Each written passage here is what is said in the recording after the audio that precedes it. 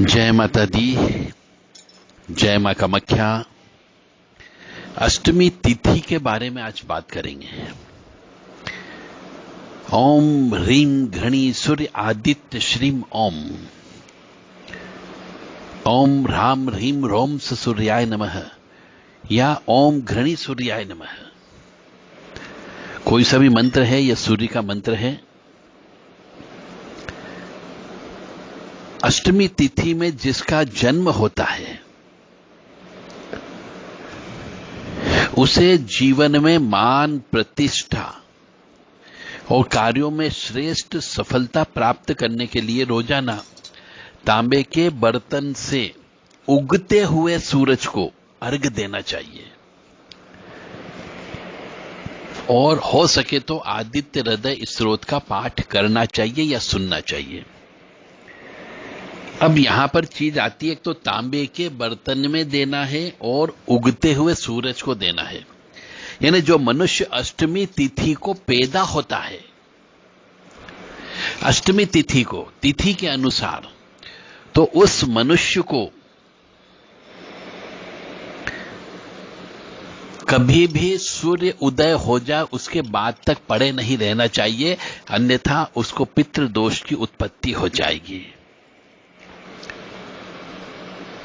उगते हुए सूरज को अर्घ्य देना है, इसका मतलब है कि सूर्य उदय होता है उसके पहले 1 घंटा पहले, 1.5 घंटा पहले उसको अपना बिस्तर छोड़ देना है, तो ही वह जीवन में सक्सेस होगा, सफल हो पाएगा। अन्यथा जीवन में सफलता मिलेगी परंतु बहुत कष्टों के बाद सफलता मिलती है। और मेरा उद्देश्य है कि मनुष्य कष्ट सहन नहीं करे।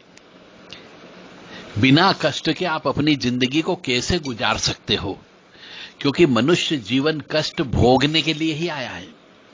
पिछले जन्म में संचित कर्म और प्रारब्ध कर्म में जितने भी आपने पाप कर्म किए हैं, उन पाप कर्मों को भोगना ही इस मनुष्य जीवन का उद्देश्य है। हो सकता है पुण्य कर्म करके आए तो पुण्य कर्म भी भोगोगे, परंतु उन पाप कर्म और पुण्य कर्म को भोगते हुए भी अच्छे कर्म करना, यही मेन खेल है।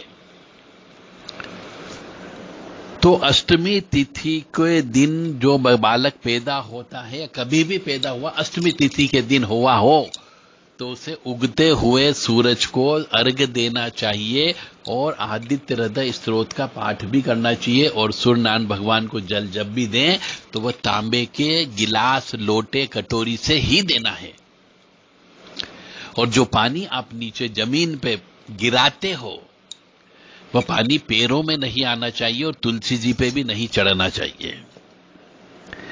अष्टमी तिथि को दुर्गा जी की आराधना भी करना भी शुभ मानी गई है। तो अष्टमी तिथि जो है दुर्गा जी की तिथि मानी गई है बेसिकली। तो अष्टमी तिथि के दिन दुर्गा जी की आराधना करना चाहिए, यानी दुर्गा जी के 32 नाम बोलना चाहिए, दुर्गा जी का अष्टोत्तर शतनाम का पाठ करना चाहिए या श्री दुर्गा सप्तशती का पाठ करना चाहिए, दुर्गा कवच का पाठ करना चाहिए। और अष्टमी तिथि में जन्मे जो भी मनुष्य है उसको भगवान शिव जी की और मां दुर्गा जी की पूजा अवश्य करनी ही करनी चाहिए। और अष्टमी तिथि में किसी भी प्रकार की ललित कला या कोई विद्या सीखना भी बहुत शुभ माना गया है। अष्टमी तिथि के स्वामी जो हैं वो है भगवान भोलेनाथ और नवमी तिथि के जो स्वामी है वह है गौरी मां।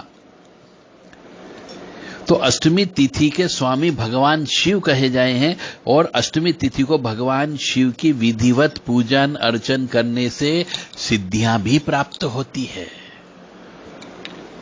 इसलिए अष्टमी तिथि को भी भगवान भोलेनाथ का रुद्र अभिषेक करना चाहिए। और जब भी देवी जी की पूर्ण आहुति करते हैं, चाहे वो नवरात्रि में करते हो या कभी भी करते हो, तो अष्टमी तिथि और नवमी तिथि का जो मिलन पॉइंट होता है उस समय पे पूर्णाहुति करना चाहिए। इससे भगवान भोलेनाथ, विश्वेश्वर और मां भगवती गौरी मां, दुर्गा मां, ये प्रसन्न होते हैं। इसीलिए अधिकांश जगह जो जानकार हैं, जो जानते हैं, वह मनुष्य अष्टमी नवमी के मिलन पर ही अपने नवरात्रि के यज्ञ की पूर्णाहुति कर देते हैं। नवमी को कोई हवन नहीं होता है, नवमी को सिर्फ कन्या पूजन करना चाहिए। तो यह था अष्टमी तिथि को जिनका जन्म हुआ उनके लिए विशेष चीज। यदि ये इस प्रकार से अपनी जिंदगी को जीते हैं तो निश्चित तौर से अष्टमी तिथि में जो बालक उत्पन्न हुआ है उसको कष्ट की प्राप्ति कम होगी। जय माता दी, जय मां कामाख्या।